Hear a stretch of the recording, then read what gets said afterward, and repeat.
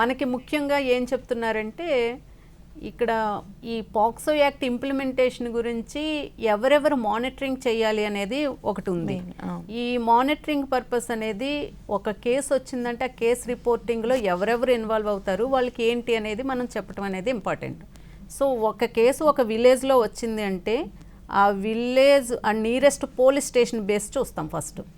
ఆ police station చూసినప్పుడు police station లెవెల్లో కన్సర్న్ స్టేషన్ హౌస్ ఆఫీసర్ని మనం చైల్డ్ వెల్ఫేర్ పోలీస్ ఆఫీసర్ అంటాం.